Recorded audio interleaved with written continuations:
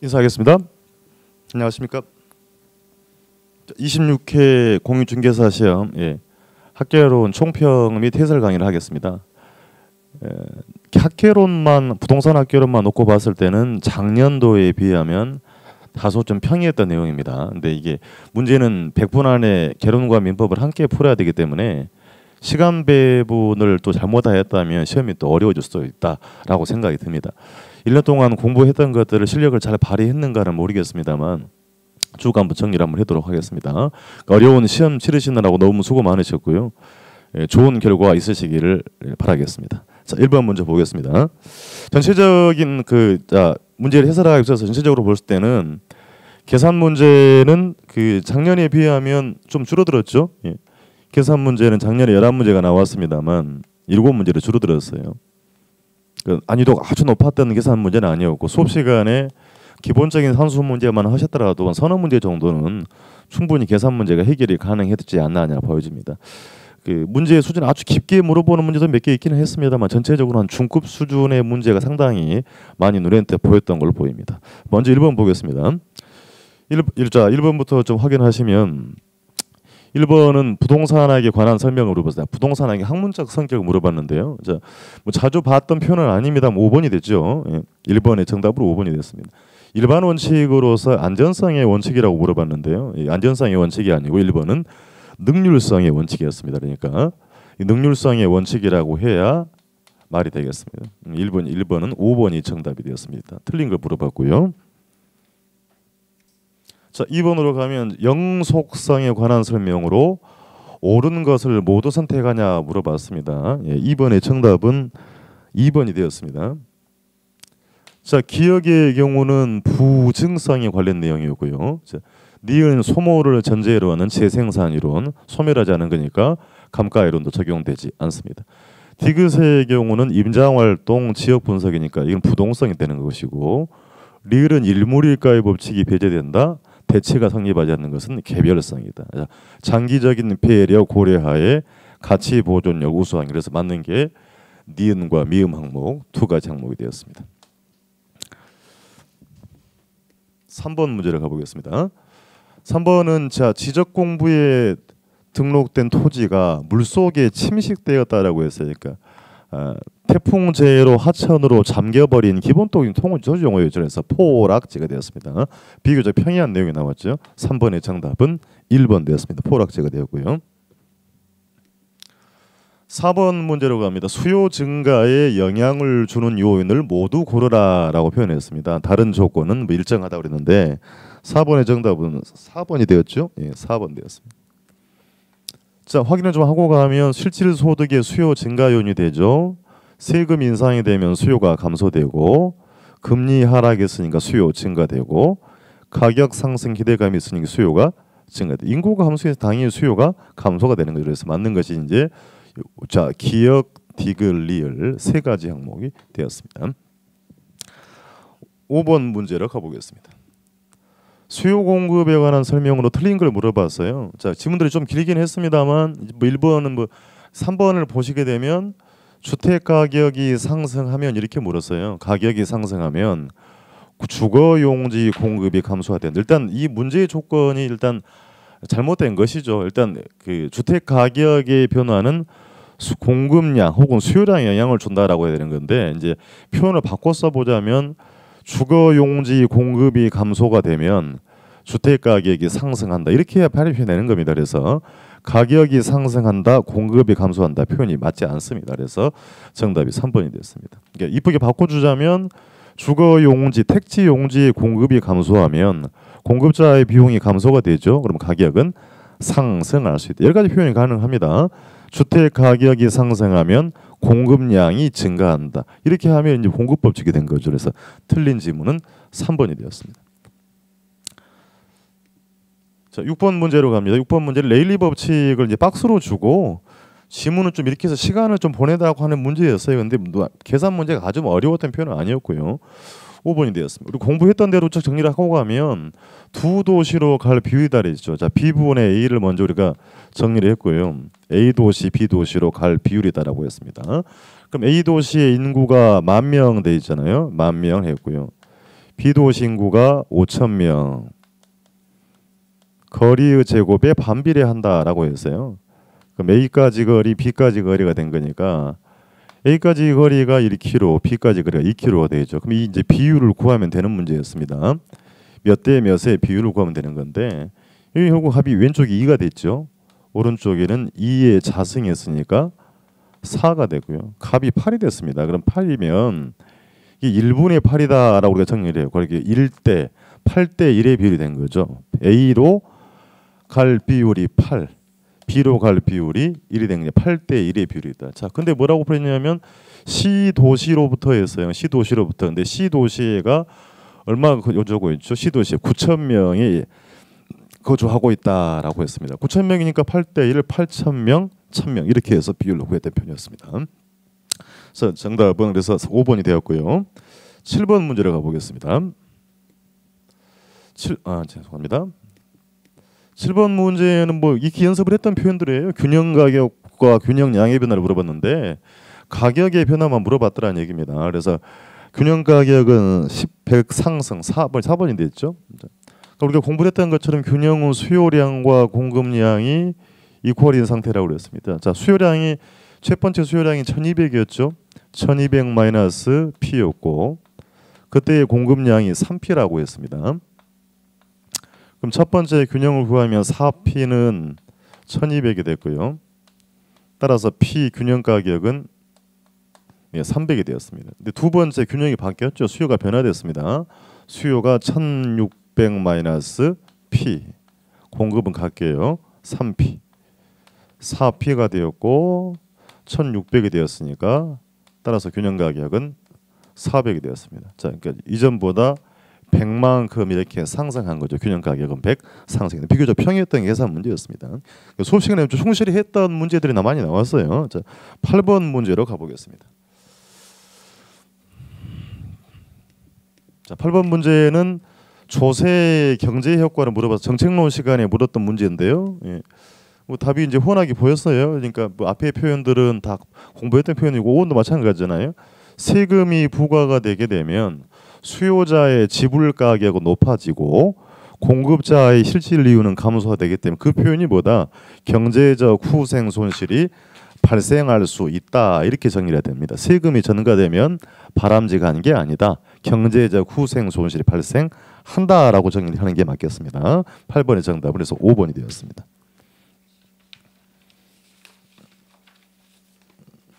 자, 9번 문제로 가보겠습니다. 부동산 금융을 물어서 순서들을 이렇게 좀 섞었잖아요. 그래서 순서를 섞긴 했습니다만 전체적으로 그 페이지 문항이 학개론 시험 문항이 6페이지 꽉 차면 좀 부담이 되는데 5페이지 반이 나왔기 때문에 그거 하나만 보더라도 개론이 작년만 비하면 아주 난해했던 문제는 많이 였던 것 같습니다. 그래도 그 시험 풀었던 분들은 이제 어려울 수도 있는 것이죠. 이제 객관적으로 봤을 때 그렇더라는 말씀입니다.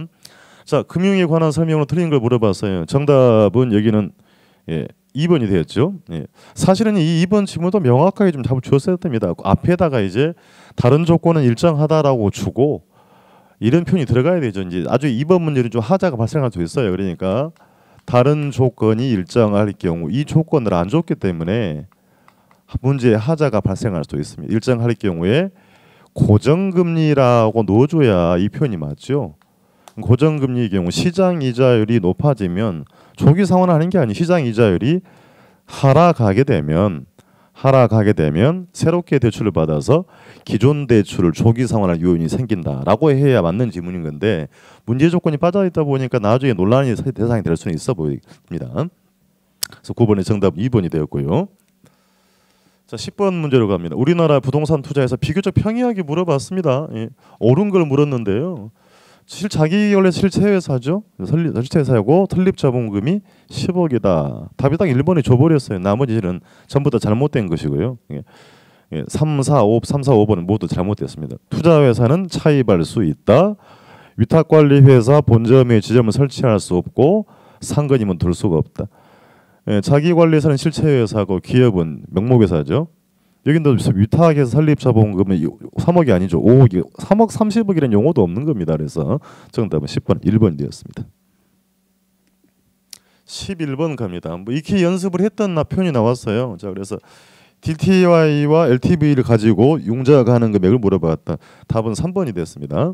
이게 실수를 할 수 있는 무섭던 문제였어요. 급하게 보시면. 자, 일단 그러면 LTV부터 확인하죠. LTV는 60%라고 줬습니다. 60%니까 시장 가격이 얼마가 돼 있죠? 주택 가격이 3억이 됐으니까 3, 6, 18. 최대로 융자 가능 금액은 1억 8천을 초과할 수는 없는 것이고요. DTI는 이제 나름 뭐 조건은 없는 거니까요. 40%라고 했습니다. 다른 부채가 없다. 40%인데 소득이 5천만 원. 그럼 5, 4, 20이니까요. 최대로 갚을 원리금은 2천만 원을 초과할 수는 없다 했습니다. 그러면 원리금은 융자금 곱하기 저당 상수해서 풀었던 문제인 거니까 저당 상수값을 0.1을 줬잖아요. 그러니까 다시 융자금은 2천만 원 나누기 0.1 하게 되면 융자 가능 금액이 2억이 돼. 이제 급하게 이제 풀었던 분들은 잘못하면 좀 실수를 했던 문제가 됩니다. 그러니까 딱 바로 2억 찍어버리면 안 되는 거죠. 두 가지 조건을 모두 충족을 해야 되는 거니까 LTV 마지막 주에 이런 말씀을 드렸어요. 그러니까 이렇게 넘어서더라 하더라도 LTV 한도로 넘어갈 수가 없다라고 말씀드렸다. 그러니까 두 가지의 조건을 모두 충족해야 되니까 융자 가능 금액은 2억이 아니고 1억 8천까지밖에 안 된다는 겁니다. 그러니까 급하게 하면 안 됐던 문제가 이 문제였거든요. 실수를 좀 했을 수 있다라고 생각이 듭니다만, 그래서 LTV 한도를 넘어갈 수 없기 때문에 최대로 융자 가능 금액은 1억 8천만 원이 되었습니다. 답이 3번이 되었었고요. 자, 12번 문제로 가보겠습니다. 역시 이제 뭐 연습을 했던 문제다. 자, 했습니다. 이 문제도 마찬가지. 원금 균등 상환으로 2000년도에 상환의 원리금 물어봤으니까 1차년도 말에 잔금만 빨리 구하면 되죠. 예, 정답은 여기 4번이 됐네요. 1950만 원. 자, 그래서 원금이 균등하다 했으니까 융자액이 2억이었고요. 2억 나누기 상환 기간 20년 됐습니다. 20년이 됐으니까 자, 매기의 균등한 원금은 1,000만 원이 됐죠. 그럼 공부한 대로 정리를 하면 균등한 원금은 1,000만 원이었고 1년 말에 잔고를 빨리 구하면 되죠. 2억에서 이만큼을 떨어내게 되면 1억 9천이 되었습니다. 그럼 1억 9천 곱하기 이자율이 5%죠. 0.05 했으니까 자, 원금은 1,000만 원이 됐고 이자가 950만 원이 되었습니다. 자, 그러니까 이 금액이 950만 원이 된 거니까 또한 원리금은 1,950만 원이었습니다. 이 마찬가지 9월 달에 뭐 동영모의고사 거의 똑같은 문제를 한번 풀었던 기억이 있을 거예요. 그래서 이와 같은 방법으로 정리를 했던 문제였습니다. 12번에 그래서 정답은 4번 1,950만 원이 됐고요. 자, 13번으로 가보겠습니다. 경기 변동을 물었는데 평이하게 물어봤어요. 예. 답이 3번이 되었죠. 일반 경기 변동에 비해서 정점과 저점, 정점은 높고 저점은 깊다라고 했으니까 진폭이 크다라고 정리를 했던 문제였습니다. 13번의 정답은 3번 됐습니다. 14번으로 가볼게요. 14번은 이런 식의 문제가 올해 반드시 물어볼 것이다 라고 해서요. 결국은 물어봤어요. 그러니까 자, 문제의 조건을 보시면 이제 오피스텔의 임대료가 10% 상승하자 했습니다. 그럼 임대주택의 수요량은 줄어들죠. 15% 당연히 감소된 것이고 이에 따라서 소형 아파트의 수요량이 5% 증가했습니다. 그럼 깊게 계산 안 했더라도요. 그러니까 수요가 반대로 움직였으니까 두 재화는 대체가 된 것이고 그럼 교차 탄력성이 그대로 보이죠. 자, 임대료 오피스텔 임대료 10% 상승하자 오피스텔의 수요량은 줄어들었고 소형 아파트의 수요량은 증가했기 때문에 자, 대체 관계죠. 그러니까 양수값이 된 것이고 0보다 크다. 그래서 값이 0.5가 됐죠. 그러니까 이 정답이 4번 됐습니다. 0.5가 됐고 양의 값이니까 대체의 관계였습니다. 뭐 아주 복잡한 계산 문제는 아니었어요. 그러니까 기본적인 표현만 잘 정리를 하자 했고요. 교차 탄력성이 양의 값을 가지면 대체 관계다. 음의 관계면 구하는 찍더라도 그냥 사실은 지난 이야기입니다만 찍더라도 뭐 2번이나 4번은 찍었어야 말이 되는 거죠. 그러니까 교차 탄력성을 물어봤으니까 교차 탄력성 및 소형 아파트의 관계는 대체의 관계가 되었습니다. 그래서 답이 4번이 됐고요. 15번으로 가보겠습니다.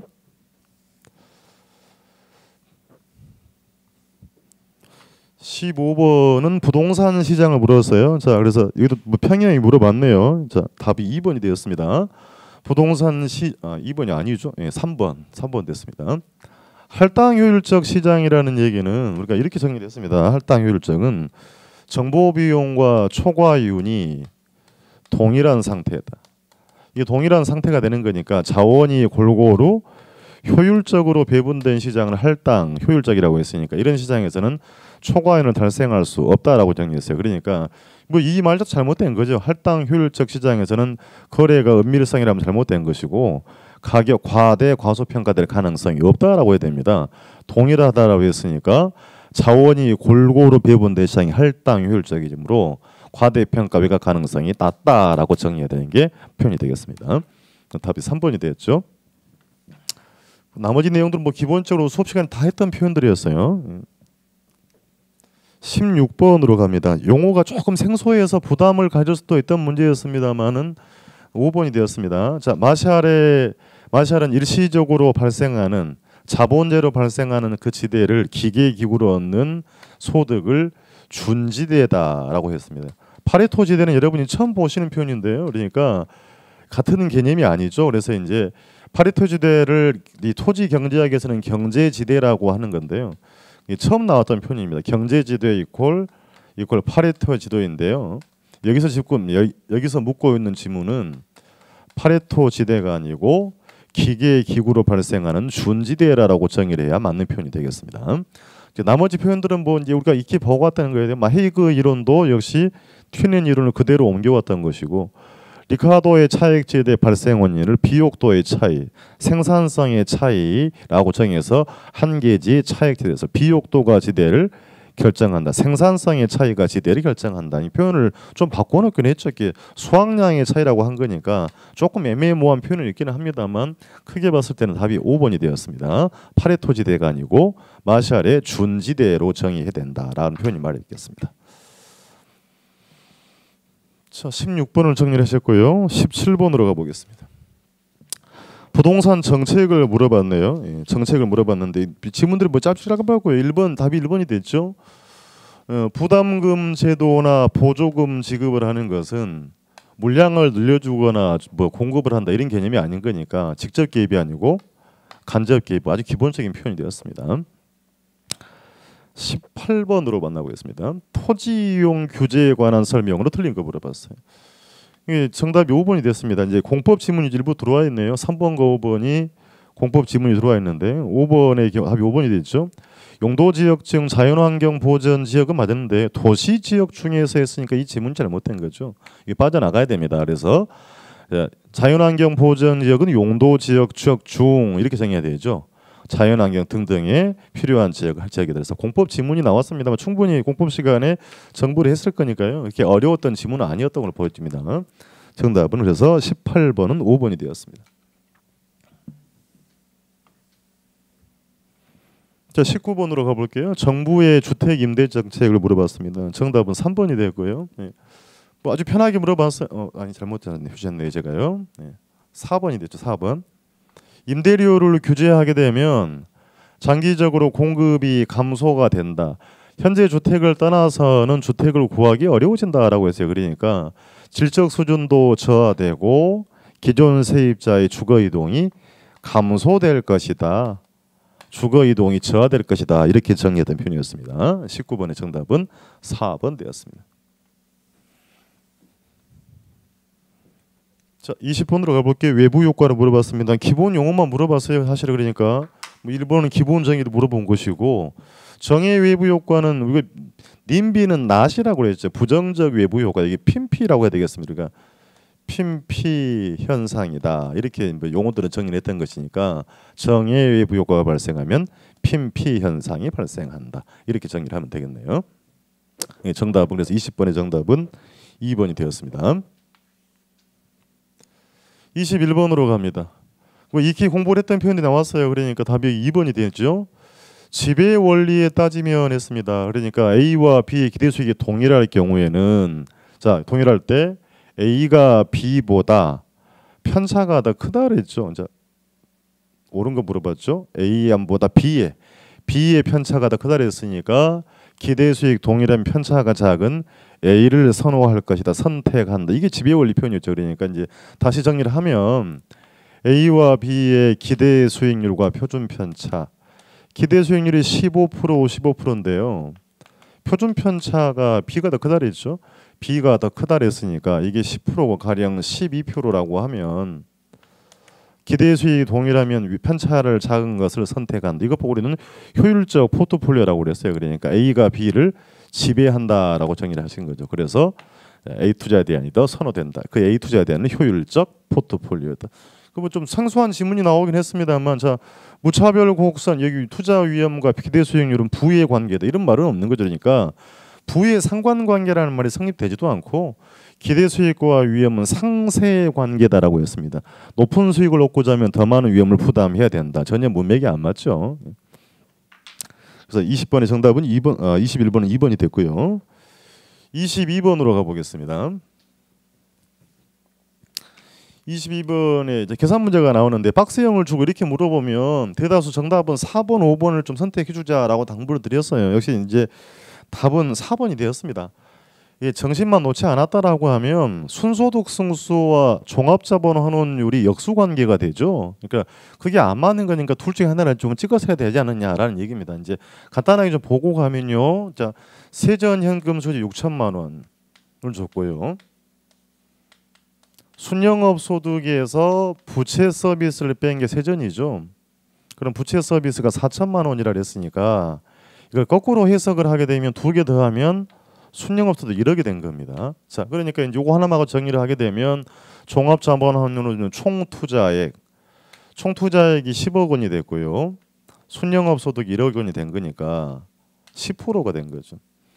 그리고 이걸 뒤집었던 게 순소득 승수다. 그래서 1억에 대한 10억이 된 거니까 10이 된 거죠. 그러니까 역수관계라고 정의만 이제 봤다라고 하면 2번 아니면 4번은 찍어야 되는 것이고요. 아주 난감했던 문제는 아니었습니다. 그러니까 18%가 아니고 10%다라고 정의해서 표현했습니다. 정답은 4번 되었고요. 자, 23번으로 가보겠습니다. 그 지문들이 좀 길긴 했습니다만 비교적 평이한 내용입니다. 할인현금 수지 분석법, DCF 방법이죠. 투자기간 동안의 현금 흐름, 투자 기간 동안 현금 흐름을 반영한다라고 해야 되죠. 그러니까 이 현금 흐름을 반영하지 못하는 것들은 일기간 하는 조금 전에 봤던 종합환원율 혹은 지분 배당률 이런 방법이 어림셈법이나 승수법이었고요. 이는 기간 동안에 5년 동안에 현금 흐름을 반영해서 시간 같이 하는 게 할인 현금 수지 분석법이었습니다. 정답은 1번 됐네요. 그러니까 틀린 거 물어봤으니까요. 24번으로 가보겠습니다. 포트폴리오 이론을 또 물어봤어요. 이제 역시 투자론 내용이 또 문제가 많이 나왔죠. 계속해서 올해도 마찬가지. 자, 여기로 확인을 좀 하고 가면 예, 정답은 여기는 4번이 됐죠. 아니죠? 옳은 거 물었으니까 옳은 거 물었으니까 효율적 프론티어 전선과 자, 투자자의 무차별 곡선이 접하는 점에서 최적의 포트폴리오가 결정했는데 이게 우리가 뭐 자주 봤던 표현들이에요. 그러니까 우상향하는 전선 프론티어와 최적의 무차별 곡선이 접하는 점에서 최적의 포트폴리오가 결정이 된다는 표현이었습니다. 나머지는 전혀 문제 안 맞습니다. 자, 1번은 이게 체계적 위험인 거니까 제거할 수 없고 1보다 작다라는 얘기는 0.999만 되어도 위험 절감 효과가 있다라고 해야 되죠. 다른 방향으로 움직이길 경우 반대 방향으로 위험 분산 효과가 커진다고 해야 되고 종목 수를 늘려도 체계적 위험 절대 줄어들지 않는다라고 했습니다. 25번으로 보겠습니다. 역시 강조했던 화폐의 시간 가치 개념을 또 그대로 다 물었어요. 자, 답이 한 번 됐습니다. 틀린 걸 물었죠. 5년 후 주택 구입에 필요한 자금 3억 원을 모으기 위해 매월 말 불이비할 액수를 구한다라고. 현금의 현가가 아니죠. 그러니까 익히 공부를 했던 것처럼 5년 후에 3억 원을 만들기 위해서 매기간 적립 불이발 금액은 감채 기금계 3억 곱하기 감채 기금계수를 곱해서 구한다라고 했으니까 감채 기금계수가 돼야 되겠습니다. 26번으로 가볼게요.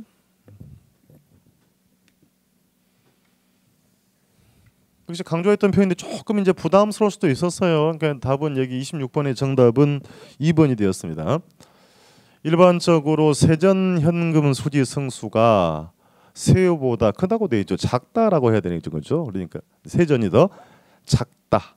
예, 세전이 더 작다라고 말되겠습니다. 그러니까 뭐 이제 예를 들면 이런 표현이었어요. 그러니까 여기서 정리를 했던 것처럼 총소득 승수, 순소득 승수, 세전현금 수지 승수, 세후현금 자꾸 공제를 하고 내려오는 거니까요. 그래서 이제 산수를 해도 마찬가지입니다만 가장 위게 크죠. 그러니까 자 그래서 순이 이놈이 더 크다. 순이 총보다 크고 세후가 세전보다 크다라고 해야 되겠습니다. 즉 세후현금 수지 승수가 세전보다 크다. 산수를 굳이 해보자면 이런 얘기죠. 그러니까 예를 들면 자 지분 투자액이 6억 원이고요. 세전현금 수지 6천만 원이면 이게 역수가 세전현금 수지 승수였습니다. 그럼 6천만 원분의 6억이 된 거니까 세전현금 수승수는 10이 됐고요. 이 세전현금 수지에다가 예를 들면 봅시다. 그래서 세전현금 수지에 소득세를 1,000만 원을 공제를 하게 되면 세후가 5천만 원이 된 거죠. 그러면 세후 현금 수징수를 하게 되면 자 마찬가지 지분 투자 금액은 6억 이게 5천이 됐으니까 1.2가 나옵니다. 그래서 세후가 더 크다라고 해야 되죠. 세후가 더 크다. 조금 생각을 좀 요하는 문제였고요. 근데 나머지 문제가 뭐 그렇게 난감했던 표현은 아니었습니다. 답이 2번이었습니다. 27번 예, 박스를 가지고 물어봤어요. 박스를 가지고 상환 방법 등을 뭐 옳은 거 물어봤는데 비교적 평이했어요. 자 그러니까 답이 이게 5번이 됐죠. 맞는 게 옳은 거 물었으니까 디귿리을 됐습니다. 자 기억을 좀 하시긴 하면 첫회 원리금 상환액은 원리금 균등 방식이 원금보다 적다라고 해야 되고 최종 상환에는 소득이 점차 증가할 거에 해당되는 젊은 층에게 유리하다라고 해야 되죠. 디귿이 리을이 맞습니다. 원금 균등의 경우 매기에 상환하는 원리금이 점차 감소되죠. 그래서 체감식이다라고 공제를 하신 표현이었고 원리금 균등은 원리금이 일정하되 원금 상환액은 이렇게 정리했어요.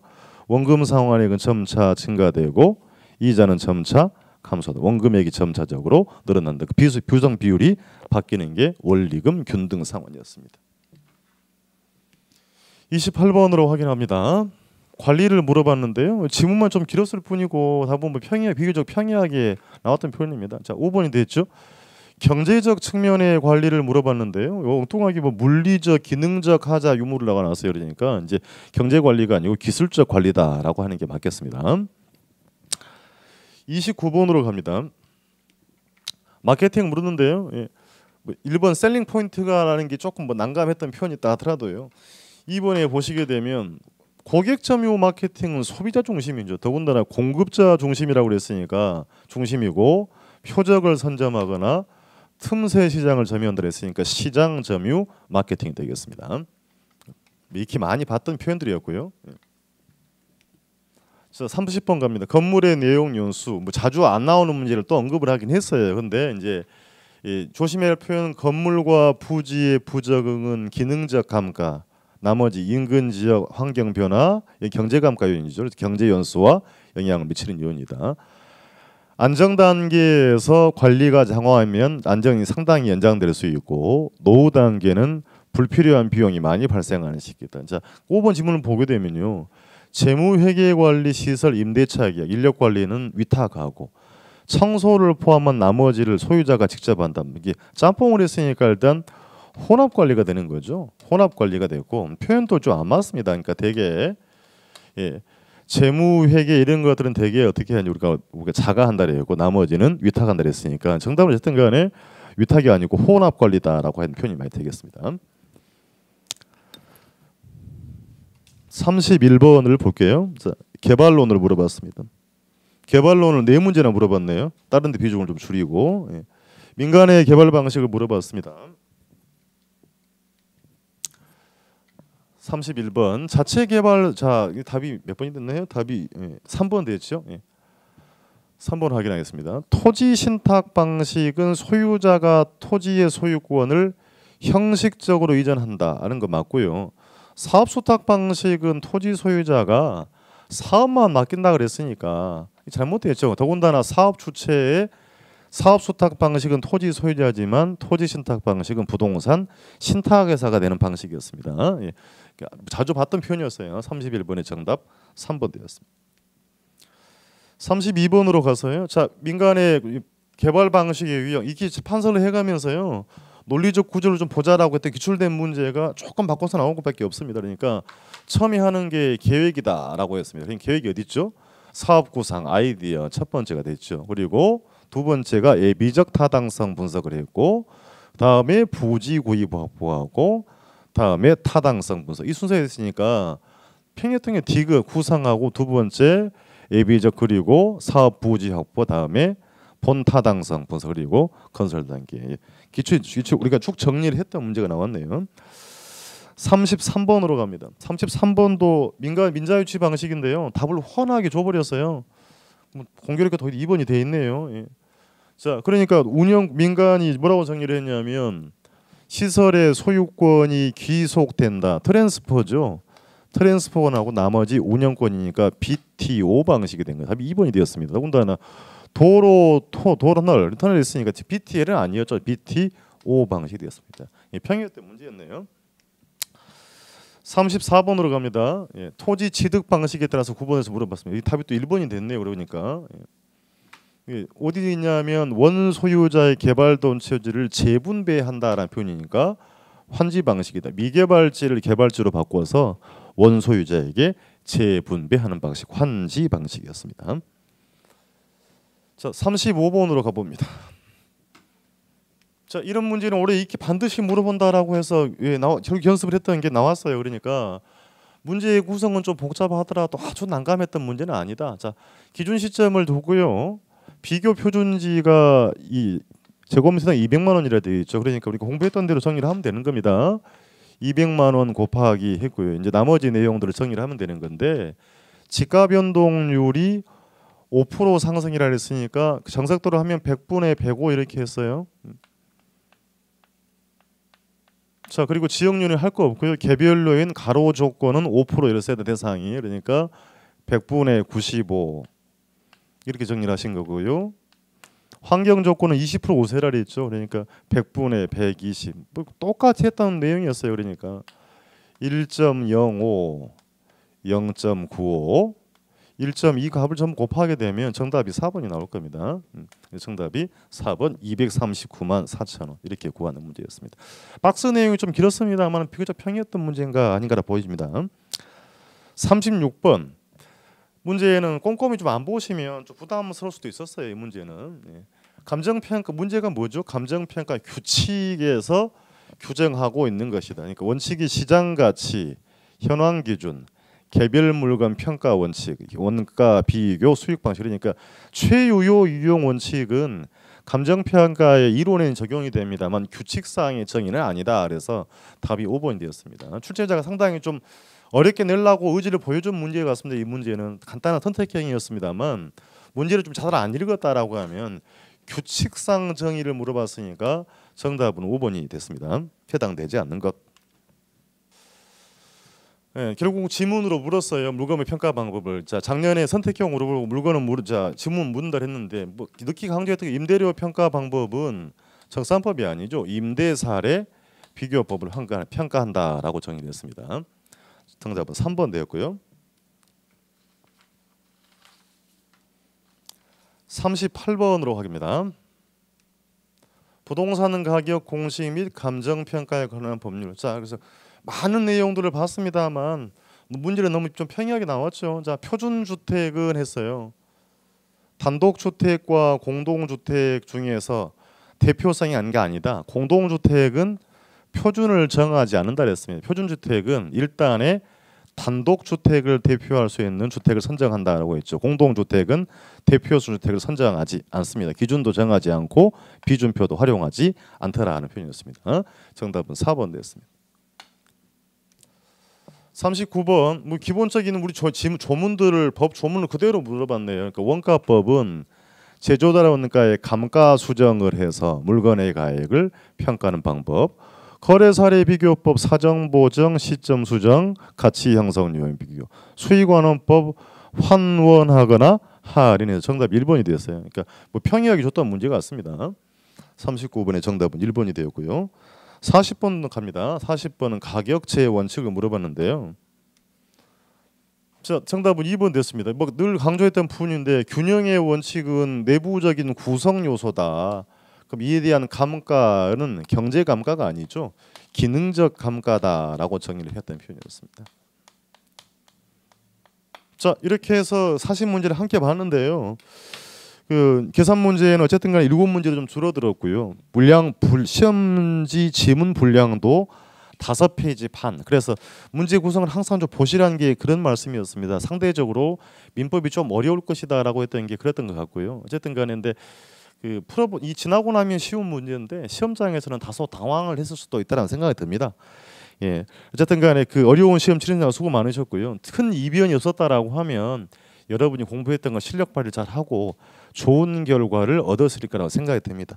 1년 동안 수고 많이 하셨고요. 예, 오늘 하루 동안은 이제 시험 끝나는 날이니까요. 편안한 마음으로 잘 보내시고 저는 이제 여러분 같이 강의를 했으니까요. 문제 혹시 하자가 있는 부분이 있으면 검토를 해서 홈페이지에 올려놓도록 하겠습니다. 자, 너무 수고 많이 하셨습니다. 감사합니다.